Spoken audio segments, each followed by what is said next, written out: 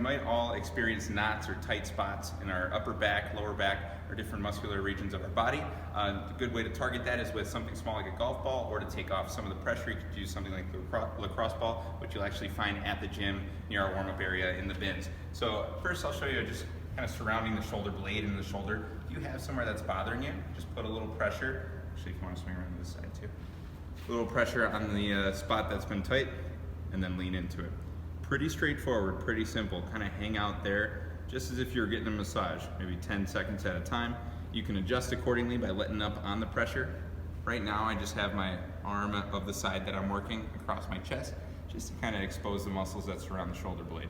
So then to intensify that last one that you just saw, more for surrounding the shoulder blade, you could actually go to the floor, because now you not only have your body weight, but kind of gravity working in your favor. So I'm just gonna lean into the ball, and already I can feel that pressure from the ball, okay? You might know this as like a trigger point, but you're gonna find that spot that's been balled up, knotted up, just kind of work around it. What we're doing here is just working out the tension out of the musculature that's tight, right? Then from here you could even externally rotate over the ball, and what we call internally rotate, like so, okay? Just oscillating back and forth. Take your time with this one. You can work on both sides if you'd like, or if just your right shoulder's tight. That's good. So if you have tightness in your low back, you can pick out one side or the other. Right now in this case, I have the end of the roller on my right side. So for the most part, if you don't have a roller at home, you can use one at the gym here, but you're gonna lean back. So I've got pressure on the musculature just to the right of the spine and just above your hips. From there, I'm actually gonna grab my right knee and pull it to my chest, and then move left and right. Slow, controlled. This is another one where if you need to ease up on it, you can lean forward a little bit, but I'm just putting the tension and pressure on that spot that's tight, moving left and right. You can also tap your heel down and go hands at your side for more support, like so.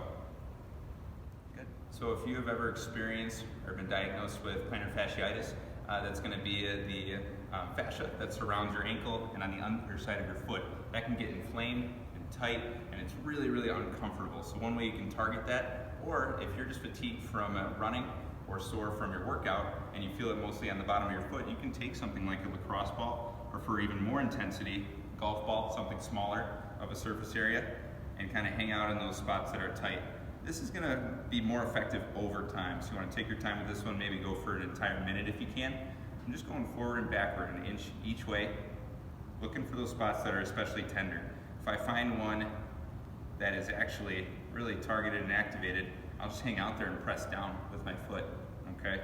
Just kind of hang out there, relieve some of that tension and pressure. And then you can even move the ball to your heel as well. So if you have that trigger point on the heel, you can get right on the point of your heel. This is oftentimes a little less forgiving, a little bit more tender, so you can ease up accordingly. You don't necessarily have to push 100% effort. Just kind of hang out there and work out that tension in that area that's inflamed.